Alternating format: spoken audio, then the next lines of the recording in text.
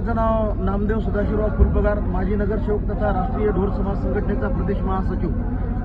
या उपवर्गीकरणाच्या संदर्भात माझा समाज या 4 जिल्ह्यातून अर्थात मराठवाड्यातून या ठिकाणी जमलेला आहे। या उपवर्गीकरणाला आमचा सरळ विरोध आहे, कारण महाराष्ट्र शासनानं एका जातीला हाताशी धरून हा उपवर्गीकरणाचा डाव रचलेला आहे। का त्याला एकच जात प्यारी आहे का? एकच जात मतदान करते का? बाकीचे 58 जातीचे लोक मतदान करत नाही का? आणि एक जात नसून इथं आम्ही कार्यक्रम म्हणजे या मोर्चामध्ये मातंग समाजाची हलकी वाजली आणि मातंग समाज या ठिकाणी कमीत कमी 50,000 लोकसंख्येच्या वर या मोर्चामध्ये सहभागी आहे। आणि या मोर्चामध्ये ढोर समाज सुद्धा जवळपास 15,000 ते 20,000 लोकसंख्येनं या ठिकाणी जमलेला आहे। एवढंच नव्हे तर या मोर्चाचं नेतृत्व या सर्व आंबेडकर चळवळीतील जी समिती आहे त्या समितीने केलं आहे। कोणा एकल्याला याचं श्रेय जात नाही, कारण हे सर्वांनी मिळून केलेलं काम आहे। आणि याचं श्रेय 58 नाही तर 59 जातीला जातं, कारण 59 जातीचे सदस्य या ठिकाणी आहेत।